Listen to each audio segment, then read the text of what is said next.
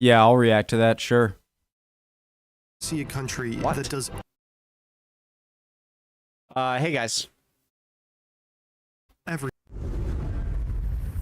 The Netherlands is hiding something. What are you hiding? The Netherlands is actually just one giant city. Fern.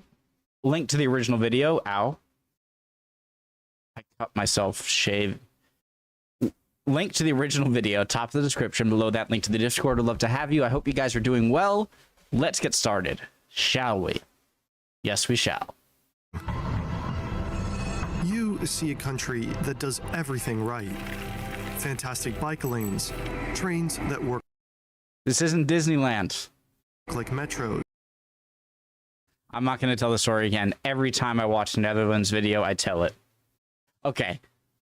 I was driving a bike in Amsterdam, acting like an idiot American tourist, and then I get called out by a Dutch lady who says, go back to Disneyland. Sorry. Everything right. True Fantastic story. bike lanes, trains that work like metros, and parking garages that get millions of views. But the Dutch have a secret. The Netherlands is not a country.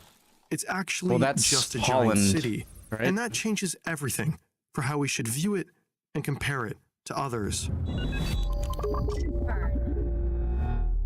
The Netherlands is the densest country in Europe. Wait, I know there's like 2 people in Monaco that'll get angry, so let me nuance it. The Netherlands is the densest real country in Europe. See, people are important because they're kind of nice. They make us laugh, love, and also make it easier to deal with the fact that we're all going to die after a cosmologically insignificant short life. But the best thing about people is that they make it a lot easier to build things. The more people you have on a piece of land, generally the more money you have on that land as well. Put people close together and building gets better. Building a metro to a neighborhood of a city will cost less than building a new metro for every farm in the middle of nowhere. In dense urban areas, the cost of infrastructure is distributed among more people. The further you need to expand roads, the heavier the financial load. When people are separated, it becomes harder to share. Now we need our entirely own supermarkets, hospitals, and schools. Now, density can only help us to a certain point, of course. It's not technically easier to lay a brand new train station in the middle of a city than in the middle of a field. But the main point stands.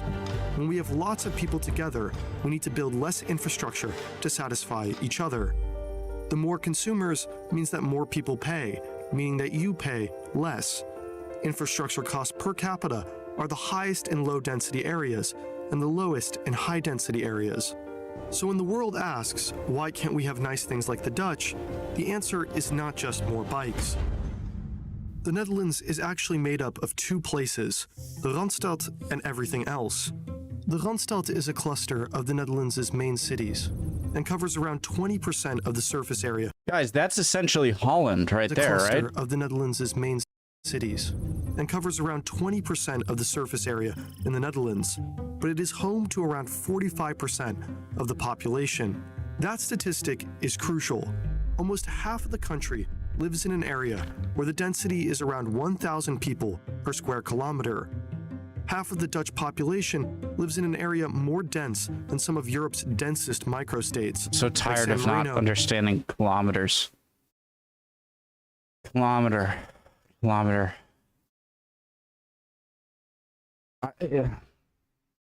Kilogram, I have no issue with. A kilogram is like 2.2 pounds. Kilometer is like a half a mile. Something. Or the Channel Islands, more dense than some of Europe's densest microstates, like San Marino or the Channel Islands. Compare the entire country's population density, as well as the Randstad, with the average density in the US, and the differences become even starker. Where the US's average density is around 30 people per square kilometer, in the Netherlands it's 500 across the country and around 1,000 in the Randstad. It's like 10 football fields. Because a football field, they're 100 yards plus the touchdowns. A yard is about a meter. There's 1,000 meters in a kilometer. So like 10 American football fields. That's how I'll think of a It's 500 kilometer. across the country and around 1,000 in Randstad. That's no small difference. My God, I have to In the shut up. Randstad, Frickin' shut it.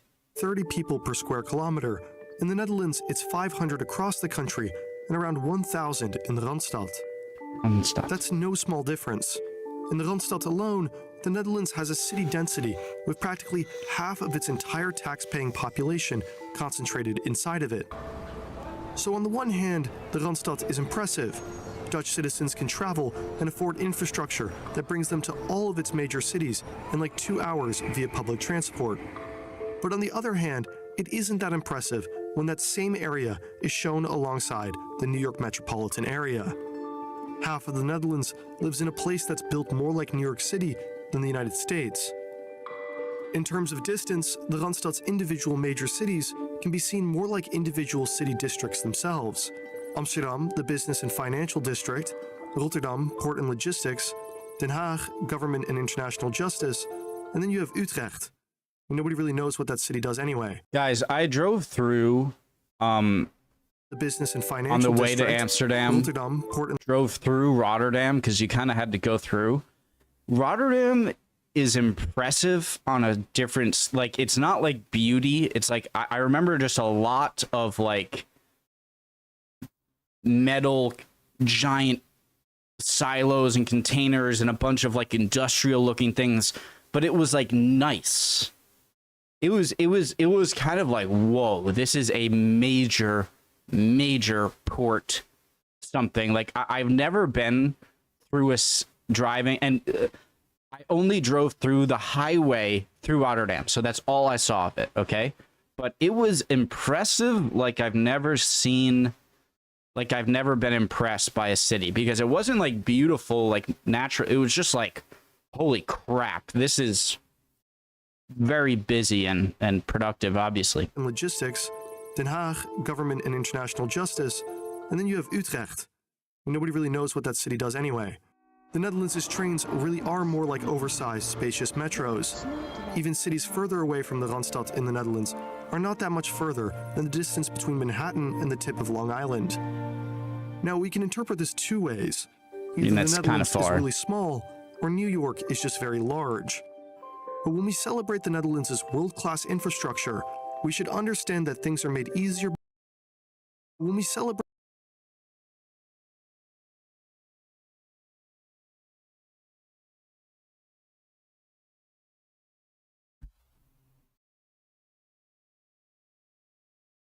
Boat bridge, or it's a car tunnel, but Jesus Christ, I've never seen something like that. the Netherlands' world-class infrastructure, we should understand that things are made easier by the fact that it has a lot of people, and those people seem to not be that far away from each other. Your infrastructure But the Netherlands, smokes with all its ours. beautiful density, isn't perfect. Being a giant city also brings giant city problems. Even within the country, there are large public budget productions discussing whether the Netherlands is filled with too many people. The Netherlands may have a lot of bikes, but it also has the most personal cars per square kilometer, with the exception of Malta. Density may bring reduced per capita infrastructure costs, but density can also bring worse air quality. European cities have a dirty secret.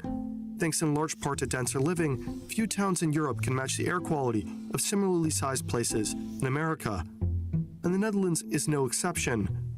One of the densest places in Europe, the Netherlands has some of the highest rates of European children with traffic-induced asthma. Of course, there are important caveats to this.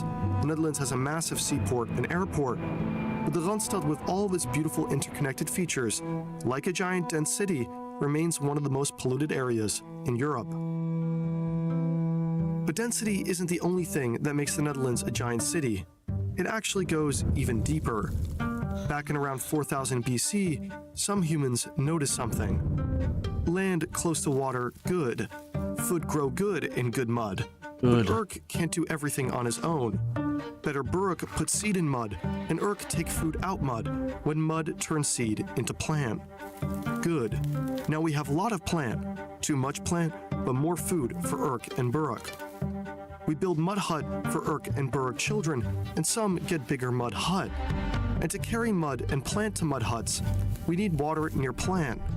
So we build more mud hut on waterland flat. But see problem. Too many and child, not enough plant or good water land. Land dry, angry, have big thought. Change mud in water, and can make more flat water. Oh God. I was going a different route than kill everyone. Sorry. I was like, oh, genocide, huh? No, just give everyone water. Yes. Land. Now more mud hut and more plant. And die. and child sad. and parent time short. Child wish they spent more time. Tell and parent they were loved. But time make and child Stop it. But time make and child learn. and child show love to gone parent by doing the same. Build more flat water land for more plant and mud hut.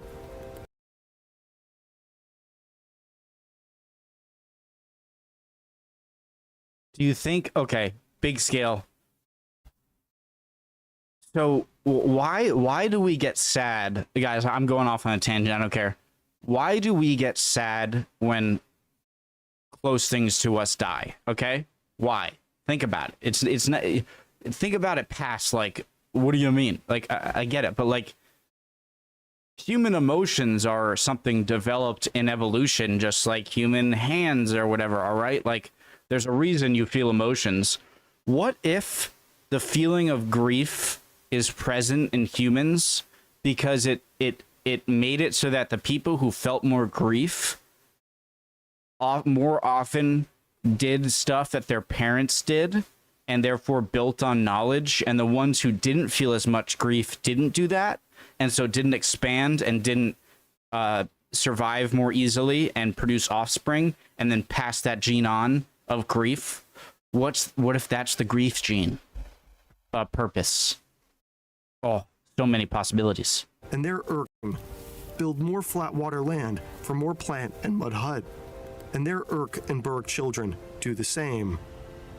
Early civilizations were built on river valleys and great irrigation projects. They came with fertile land, provided easy transportation, food sources, and also fresh water. They were also built in valleys, which had a major advantage. They're flat. The Netherlands is not only dense like a major city, but the entire country is essentially a gigantic river valley, the place where urban development Why biking is so easy. It has some of the highest soil fertility in the world, partially inherited from its vast river system, and its intricate canal network provided easy transportation throughout its history, improved trade, and eliminated one of the biggest bottlenecks for good infrastructure in small but dense countries: a lack of resources.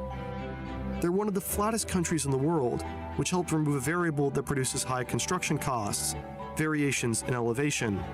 So when we look at the Netherlands, it's important to remember something. It has trams with the agility of taxis, windmills that work like house fans, and neighborhoods built for walking. But the Netherlands has a secret. Not a secret that other countries can't follow or copy. Many places should be built like the Netherlands, but choose instead not to. But to be like the Netherlands, it's important to be built like the Netherlands. And the Netherlands is not built like a country. It's built like a giant city. Guys, I think that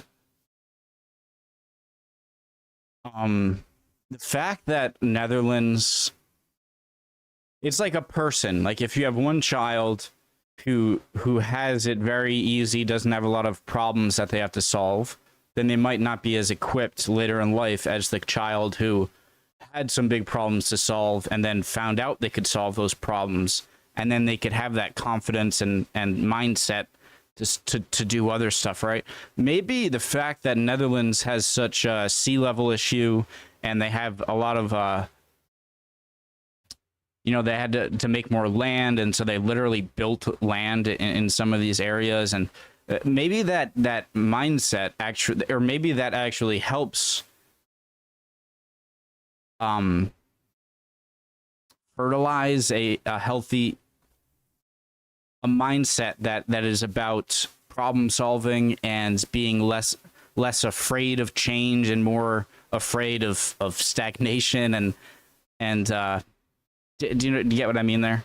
And so obviously there are some, the major pro of a very flat landscape like the Netherlands is, biking's great. You can, a lot of irrigation projects I'm sure are more easy, definitely are more easy, but you also don't have the the potential energy of height, like a place like Switzerland where you can do like hydroelectric stuff or whatnot. So I think that the mindset of people, language, I'm sure determines a lot of mindset, but also the geography and what problems you've had to face, and if you succeeded, it would kind of change the mindset of, am I going too far here?